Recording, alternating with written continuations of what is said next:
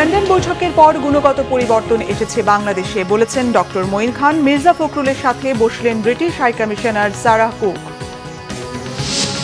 শেখ হাসিনা ও আসাদুজ্জামান খানকে হাজির হতে পত্রিকায় বিজ্ঞপ্তির নির্দেশ ট্রাইব্যুনালের। জুলাইয়ের মধ্যে গুম বিষয়ক আইন জানিয়েছেন আসিফ নজরুল। ঢাকা দক্ষিণের পরিচ্ছন্নতা কর্মীদের সঙ্গে ইশরাক হোসেনের মতবিনিময়, তাকে শপথ পড়ানোর দাবিতে আজও উত্তাল নগর ভবন। কক্সবাজারের রামুতে বাবা ছেলে সহ সড়ক দুর্ঘটনায় 5 জনের মৃত্যু। ঈদ যাত্রার 15 দিনে সড়ক দুর্ঘটনায় নিহত 390 জন। দেখছিলেন ক্রাউন সিমেন্ট সংবাদ শিরোনাম। বিএনপির স্থায়ী কমিটির সদস্য ডক্টর আব্দুল মঈন খান বলেছেন, লন্ডন বৈঠকের পর বাংলাদেশের গুণগত পরিবর্তন হয়েছে। ঢাকায় নিযুক্ত ব্রিটিশ হাইকমিশনার সারাহ কুকের সঙ্গে বৈঠক শেষে ব্রিফিংয়ে তিনি এই কথা বলেন। সকাল 10:30টায় গুলশানে বিএনপি চেয়ারপারসনের রাজনৈতিক কার্যালয়ে এই বৈঠক হয়। বৈঠকে বিএনপি মহাসচিব মির্জা ফখরুল ইসলাম আলমগীর, দলের স্থায়ী কমিটি ও চেয়ারপারসনের ফরেন অ্যাফেয়ার্স অ্যাডভাইজারি কমিটির সদস্য ডক্টর আব্দুল মঈন খান এবং সাংগঠনিক সম্পাদক শামা ওবায়েদ উপস্থিত ছিলেন।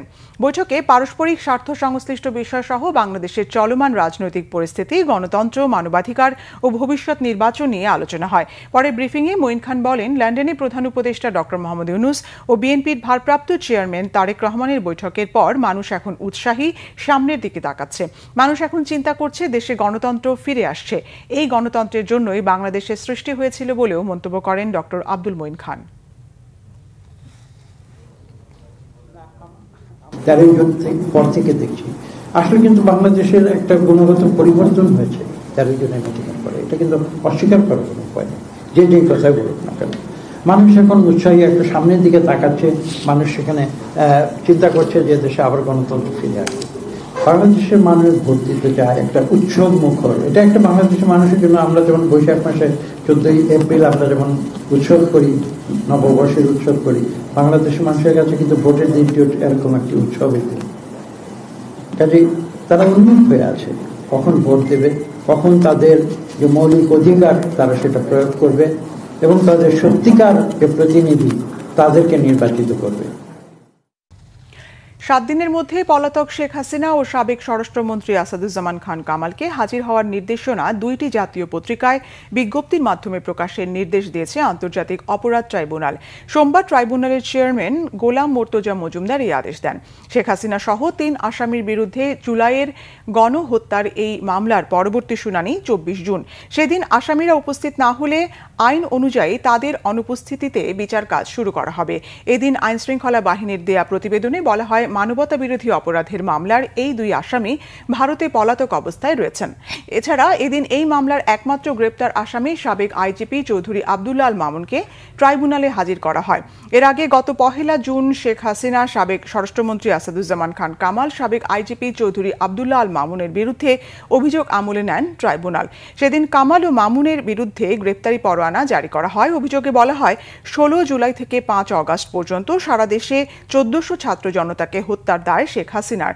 তার নির্দেশ, উস্কানি, প্ররোচনায় হত্যাকাণ্ড সংগঠিত করে আইনশৃঙ্খলা বাহিনী, আওয়ামী লীগ, ছাত্রলীগ ও যুবলীগ। শেখ হাসিনার নির্দেশে আন্দোলন দমনে মরণঘাতী অস্ত্র ব্যবহার করার প্রমাণ মিলেছে বলে জানিয়েছে প্রসিকিউশন। এছাড়াও শেখ হাসিনার বিরুদ্ধে ট্রাইব্যুনালে আরও 2টি মামলা রয়েছে।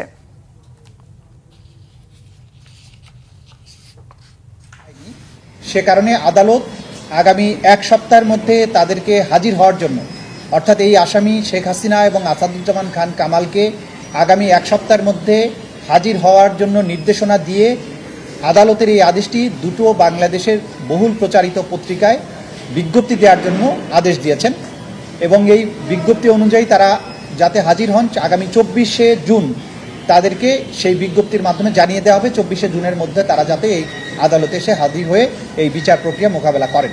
আগামী 24শে জুন তারিখে পরবর্তী তারিখ নির্ধারিত হয়েছে। জুলাই মাসের মধ্যে গুম বিষয়ক আইন করা হবে জানিয়েছেন আইন উপদেষ্টা ডক্টর আসিফ নজরুল। জাতিসংঘের গুম সম্পর্কিত কার্যনির্বাহী দলের সঙ্গে সচিবালয়ের বৈঠকের পর উপদেষ্টা এই তথ্য জানান।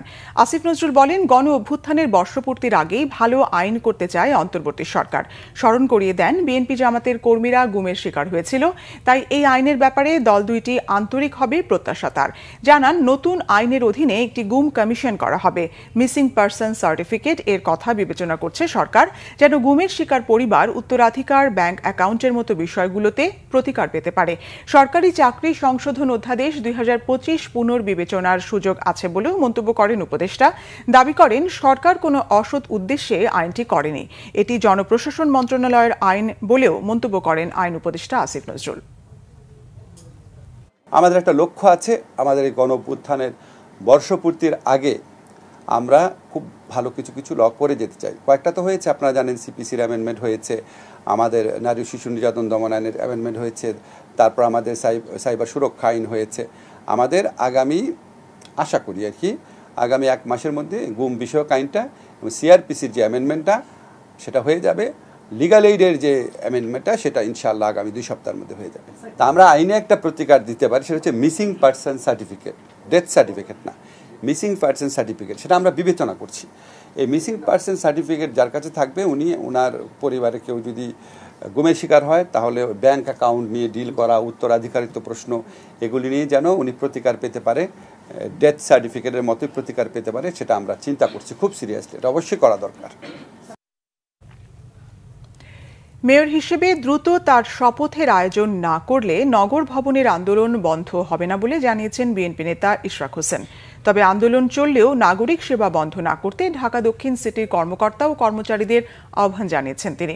এদিকে ইশরাক হোসেনকে মেয়রের দায়িত্ব বুঝিয়ে দেওয়ার দাবিতে আজও উত্তাল ছিল নগর ভবন। মহিবুল্লাহ মুহিবের রিপোর্টে বিস্তারিত। সোমবার নগর ভবন অডিটোরিয়ামে ঢাকা দক্ষিণ সিটি কর্পোরেশনের বর্জ্য ব্যবস্থাপনা বিভাগের কর্মকর্তা ও কর্মচারীদের সাথে মতবিনিময় করেন ইশরাক হোসেন। পরিচ্ছন্ন ঢাকা ও নাগরিক সেবা নিশ্চিতে প্রত্যেককে যথাযথ দায়িত্ব পালনের পরামর্শ দেন তিনি। এ সময় ইশরাক হোসেনের হাতে ফুল ও সম্মাননা তুলে দেন কর্মকর্তা কর্মচারীরা। পরে গণমাধ্যমের উদ্দেশ্যে দেয়া এক বক্তব্যে ইশরাক হোসেন বলেন, আন্দোলনের কারণে যাতে জনদুর্ভোগ তৈরি না হয় সেজন্য নগর ভবনের কর্মকর্তা কর্মচারীদের অনুরোধ জানিয়েছেন তিনি। এই নগর ভবনের এই অনুষ্ঠান না, যে কোনো অনুষ্ঠানে আমাকে আমন্ত্রণ জানালে তারা আমাকে মেয়র হিসেবে তারা ব্যানারে লিখতে পারে। এটা আমার দাবি না, এটা আমার জনগণের দাবি।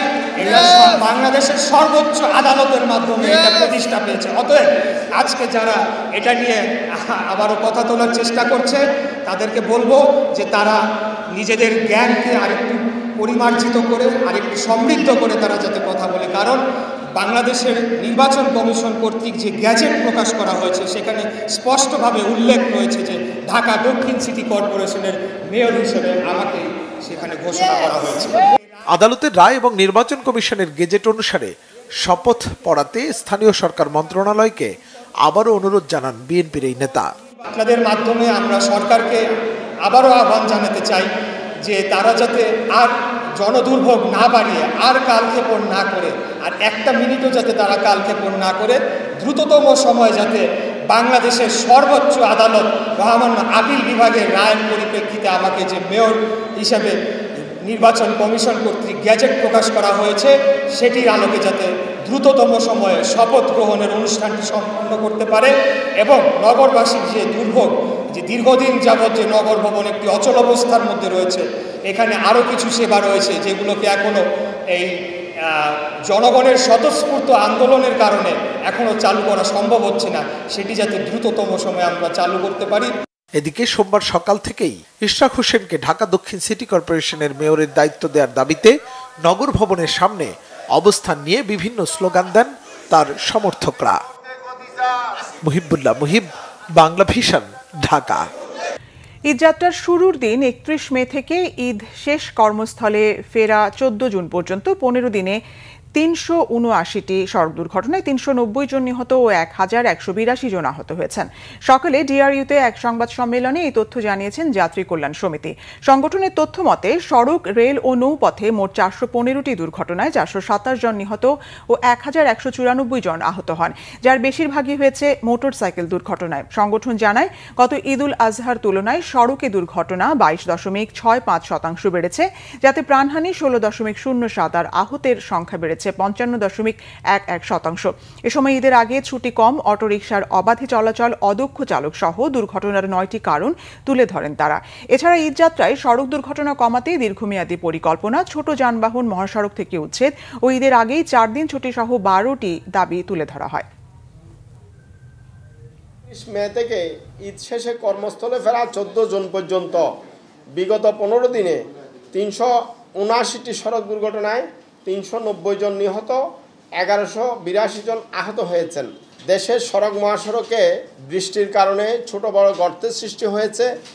এইসব গর্তের কারণে বেপরোয়া গতির যানবাহন দুর্ঘটনায় পতিত হয়েছে। ঈদের পরে প্রায় 80% যানবাহন বিরামহীন ও বিশ্রামহীনভাবে একই চালক দিয়ে যানবাহন চালাতে গিয়ে বেশি দুর্ঘটনা সংঘটিত হয়েছে। ফলে এইসব দুর্ঘটনায় সিংহভাগ খাদে পড়া এবং কোনোটি ট্রাকের পেছনে লেগে দুর্ঘটনা বেশি ঘটেছে। ঈদের ছুটি কাটিয়ে কর্মস্থল ঢাকায় ফিরতে বরিশালে যাত্রীদের গুনতে হচ্ছে অতিরিক্ত ভাড়া। যাত্রীদের অভিযোগ, একদিকে ফিটনেসহীন বাস, অন্যদিকে সরকারি বাসেও ন্যায্য ভাড়া না নেয়ায় চরম বিপাকে ঢাকামুখী যাত্রীরা। এ বিষয়ে প্রশাসনের নজরদারি চান তারা। বরিশাল থেকে শাহিন হাসানের রিপোর্ট। ঈদ শেষ হলেও কমেনি ঢাকামুখী যাত্রীদের ভোগান্তি। বিআরটিসিতে বরিশাল থেকে ঢাকায় আসতে এসি বাসে নেওয়া হচ্ছে জনপ্রতি 600 টাকা। আর এসব বাস পরিচালনা করছে স্থানীয় কিছু যুবক। ঢাকা এবং অন্যান্য জেলার বিআরটিসি ডিপো থেকে বাস এনে প্রতিদিন 10 থেকে 15টি বাস অতিরিক্ত ভাড়ায় পরিচালনা করা হচ্ছে ঢাকা বরিশাল রুটে। এর বাইরে মালিক সমিতির লোকাল বাসেও বাড়তি ভাড়া আদায় করা হচ্ছে। টিকিট 700 করে কাটা হয়েছে। 700 টাকা করে কাটছেন? হ্যাঁ। এমনিতে ঈদের আগে কত করে কাটেন? 500 টাকা করে। বাধ্য হয়ে দিতে হয়েছে। কেন বাধ্য হলেন? যারা চাইছে না যে আমার তো যাইতে হবে। আমাদের তো কালকে অফিস খোলা না, আমাদের তো বাধ্য হয়ে যাইতে হবে। 500 টাকার ভাড়া 600 700 এরকমের রাখে। 565 টাকা সরকারি ভাড়া। 565? জি। আপনি 700 টাকা করে নিচ্ছেন? 700 টাকা গাড়ি আবার খালি আসছে তো তার কারণে ভাই। অন্যদিকে বরিশাল বিআরটিসি ডিপো থেকে ছেড়ে যাওয়া বাসগুলো চলছে ফিটনেসবিহীন অবস্থায়। নষ্ট ফ্যান, নাজুক সিট, জানালার গ্লাস, এমনকি বাসের ছাদে দেওয়া হয়েছে ত্রিপল। জানালাটা হ্যাঁ ভালো আছে, এটা ভালো আছে যে খুলতেছে, ফ্যান চলতেছে না। আধা ঘন্টা ধরে বসে আছি কিন্তু খুবই দুর্ভোগে আছি। গাড়ি নাই নাকি? গাড়ি নাই, সিট কোথা থেকে দেবে? স্থানীয় এসব অবৈধ আয়োজকরা বলছে যাত্রীপ্রতি 600 টাকা আদায় করে 550 টাকা বিআরটিসিকে দিতে হয়, বাকি 50 টাকা করে তাদের লাভ। আর ড্রাইভারদের অজুহাত, বেতনের বাইরে তারা কিছু পান না। এখানে মনে হয় উঠাচ্ছে, মনে হয় স্থানীয় লোক ছাড়া এখানে যাত্রী উঠাইতে দিচ্ছে না এবং পার্কিং করতেও দিচ্ছে না। ভাই বিয়ে দিয়ে কারণ আমরা 550 টাকা করে দিই আমরা, ঠিক আছে? বাবু 550 আমরা 50 টাকা করে মাথা পিছিয়ে রাখি ভাই। ডাকতেছি কেন? কাজ করতেছি। আপনি এটা কি কাজ করতেছি? না কিছু না, এই যে লোক ডাকতেছি। মালিক সমিতি বলছে ঢাকা থেকে খালি গাড়ি ফেরত আসায় ভাড়া বেশি নেয় তারা, কিন্তু বিআরটিসি অবৈধ গাড়ি নামিয়ে অতিরিক্ত টাকা নেয় কেন? আর বিআরটিসি বলছে তাদের অনুমতি না নিয়ে অন্য ডিপোর বাস চলাচলের বিষয়টি কেন্দ্রকে জানানো হয়েছে। এই জায়গায় যে ডিপো ম্যানেজার তার নির্দেশের দ্বারা কিছু হবে, এটা এইরকমই। এটা হলো ব্যবসা, যে যেখান থেকে যেভাবে করে যেতে পারে, কিন্তু দেখার কেউ নাই। শশার ডিপো তাদের বিরুদ্ধে ব্যবস্থা নিতেছে। ঢাকা থেকে না, আমাদের ডিপোর কোনো গাড়ি বাহিরে বিক্রি করার কোনো সুযোগ নেই। অতিরিক্ত ভাড়া এবং ফিটনেস বিষয়ে অভিযান চালিয়ে বিআরটিসির বাস অবৈধভাবে পরিচালনার কোনো অভিযোগ পাননি বলে জানান ম্যাজিস্ট্রেট। আমরা বিআরটিসির কাছ থেকে এমন কোনো অভিযোগ পাইনি বা আমাদের কাছে তারা এমন সহায়তা চায়নি কোনো। যদি চায় সেক্ষেত্রে আমরা অবশ্যই জেলা প্রশাসন তাদের সহায়তা করব। ঈদ কোরবানিতে অতিরিক্ত ভাড়া নেওয়ার এই চিত্র বহু পুরনো হলেও খোদ সরকারি বিআরটিসির গাড়িতে এবছর যে অতিরিক্ত ভাড়া নেওয়া হচ্ছে, সভাপতি যাত্রীরা প্রশ্ন করছেন যে শস্যের মধ্যে এই ভূত ছাড়াবে কে? শাহিন হাসান, বাংলা ভিশন, বরিশাল। দেশের শেয়ার বাজারে খরা না কাটলেও ঈদের টানা দীর্ঘ ছুটির পর সোমবার দ্বিতীয় কর্মদিবসে শেয়ারের সূচক ও লেনদেন কিছুটা ঊর্ধ্বমুখী ছিল। দেশের প্রধান শেয়ার বাজার ঢাকা স্টক এক্সচেঞ্জ ডিএসইতে অধিকাংশ প্রতিষ্ঠানের শেয়ার ও ইউনিটের দাম বাড়ার পাশাপাশি বেড়েছে সব কয়টি মূল্যসূচক। সেই সঙ্গে লেনদেন বেড়ে 400 কোটি টাকা ছাড়িয়েছে। 23 কার্যদিবসের মধ্যে বাজারটিতে সর্বোচ্চ লেনদেন হয়েছে আজ। অন্য শেয়ার বাজার চট্টগ্রাম স্টক এক্সচেঞ্জ সিএসইতেও বেশিরভাগ প্রতিষ্ঠানের শেয়ার ও ইউনিটের দাম বেড়েছে, তবে সিএসইতে লেনদেন কিছুটা কমেছে। ডিএসইতে দাম বাড়ার তালিকায় নাম লিখিয়েছে 315টি প্রতিষ্ঠানের শেয়ার ও ইউনিট, বিপরীতে দাম কমেছে 36টির। চট্টগ্রাম শেয়ার বাজারে লেনদেনে অংশ নেওয়া 184টি প্রতিষ্ঠানের মধ্যে 113টির দাম বেড়েছে, কমেছে 53টির। চট্টগ্রাম আদালত প্রাঙ্গণে পুলিশের উপর হামলা সহ ত্রাস সৃষ্টির মামলায় চিন্ময় কৃষ্ণ দাসকে কারা ফটকে জিজ্ঞাসাবাদের অনুমতি পেল পুলিশ। সোমবার চট্টগ্রাম মহানগর হাকিম এস.এম. আলাউদ্দিন চিন্ময়কে কারা ফটকে জিজ্ঞাসাবাদের অনুমতি দেন। এপিপি মোহাম্মদ রায়হানুল ওয়াজেদ চৌধুরী জানান, এজাহারে নাম না থাকলেও পুলিশের তদন্তে সম্পৃক্ততার তথ্য আশায় কারাবন্দী চিন্ময়কে এই মামলার আসামি হিসেবে গ্রেফতার দেখানোর জন্য আদালতের অনুমতি চেয়েছিল তদন্ত সংস্থা। আদালত তাকে গ্রেফতার দেখানোর অনুমতি দেন। গত 4 জুন মামলাটির তদন্তকারী কর্মকর্তা নগর গোয়েন্দা পুলিশের সহকারী কমিশনার মোস্তফা কামাল চিন্ময়কে জেল গেটে জিজ্ঞাসাবাদের আবেদন করেন। আজ শুনানি শেষে আদালত এই অনুমতি দেয়। ঝিনাইদহে মানসিক ভারসাম্যহীন ছেলের কোদালের আঘাতে মারা গেছেন বাবা। আটক করা হয়েছে অভিযুক্ত ছেলে ফয়সালকে। সদর উপজেলার শঙ্করপুর গ্রামের মাঠে সকালে এই ঘটনা ঘটে। পুলিশ জানায়, শঙ্করপুর গ্রামের কৃষক শাহাদত হোসেন তার ছেলে ফয়সাল হোসেনকে সাথে নিয়ে মাঠে কাজ করার সময় ফয়সাল হঠাৎ কোদাল দিয়ে তার বাবা শাহাদত হোসেনের মাথায় আঘাত করে। এতে ঘটনাস্থলেই শাহাদত হোসেন মারা যান। পরে বাবাকে ওই অবস্থায় মাঠে রেখে বাড়িতে গিয়ে নিজেই তার মাকে ঘটনা জানান ছেলে ফয়সাল। এ সময় স্থানীয়রা ও স্বজনরা মাঠে গিয়ে শাহাদতের লাশ পড়ে থাকতে দেখে পুলিশে খবর দেয়। এদিকে টাঙ্গাইলের মির্জাপুরের বাঁশতৈল ইউনিয়নের হরিদ্রা চালা এলাকায় জমিতে গাছ লাগানোকে কেন্দ্র করে চাচাতো ভাইয়ের হাতে খুন হয়েছে সখীপুর উপজেলার রফিকুল ইসলাম রজব। নিহতের ভাই অভিযোগ করেন, চাচাতো ভাই আয়নালের জমিতে গাছ লাগানো নিয়ে কথা কাটাকাটির এক পর্যায়ে ওই ভাইয়ের স্ত্রী ও তার লোকজন এসে রফিকের উপর হামলা করে। বাধা দিতে গেলে তার উপরও হামলা হয়। পরে আহত অবস্থায় রফিকুলকে মির্জাপুর কুমুদিনী হাসপাতালে নিয়ে গেলে তিনি মারা গেছেন বলে জানান চিকিৎসক। ঘটনার পরই অভিযুক্ত স্বামী স্ত্রীকে আটক করেছে পুলিশ। অন্যদিকে ময়মনসিংহে ত্রিশালের হরিরামপুল মাগুরজোড়া দক্ষিণপাড়া কানারঘাট এলাকা থেকে রনি মিয়া নামে এক যুবকের মরদেহ উদ্ধার করেছে পুলিশ। নিহত রনি ওই এলাকার আব্দুল কাদেরের ছেলে। দেশের বিভিন্ন জায়গার আরো কিছু খবর নিয়ে এবার ডেস্ক রিপোর্ট। বৈষম্য বিরোধী আন্দোলনে মুন্সিগঞ্জে শহীদ পরিবারের সাথে দেখা করেছেন বিএনপির নির্বাহী কমিটির স্বেচ্ছাসেবক বিষয়ক সম্পাদক মীর শরফত আলী শফু। স্থানীয় নেতাকর্মীরা এ সময় তার সাথে ছিলেন। মহিলা দলের প্রতিনিধি সভা হয়েছে খাগড়াছড়িতে। দিনব্যাপী এই কর্মসূচিতে বক্তারা বিএনপির প্রার্থীকে নির্বাচিত করে সাংগঠনিক তৎপরতা বাড়ানোর তাগিদ দেন। সংবাদপত্রের কালো দিবস উপলক্ষে আলোচনা সভা করেছে বগুড়ার সাংবাদিক ইউনিয়ন। বগুড়া প্রেস ক্লাব মিলনায়তনে এ সভা হয়। গাইবান্ধা সদর উপজেলার ইউনিয়ন পরিষদ সদস্যদের নিয়ে গ্রাম আদালত বিষয়ক প্রশিক্ষণ কর্মশালা হয়েছে। সদর উপজেলা প্রশাসনের আয়োজনে এ কর্মশালা হয়। মোংলায় বাসের অতিরিক্ত ভাড়া আদায়ের বিরুদ্ধে অভিযান চালিয়েছে যৌথ বাহিনী। এ সময় আদায় করা বাড়তি টাকা যাত্রীদের ফেরত দিয়ে ভবিষ্যতে এ ধরনের কাজ না করতে পরিবহনগুলোর প্রতিনিধির কাছ থেকে মুচলেকা নেওয়া হয়। চাঁদাবাজি বন্ধ ও সন্ত্রাসীদের গ্রেফতারের দাবিতে স্মারকলিপি দিয়েছে Mymensingh clinic and diagnostic owners association. দুপুরে জেলা প্রশাসক মুফিদুল আলমের কাছে এ স্মারকলিপি জমা দেওয়া হয়।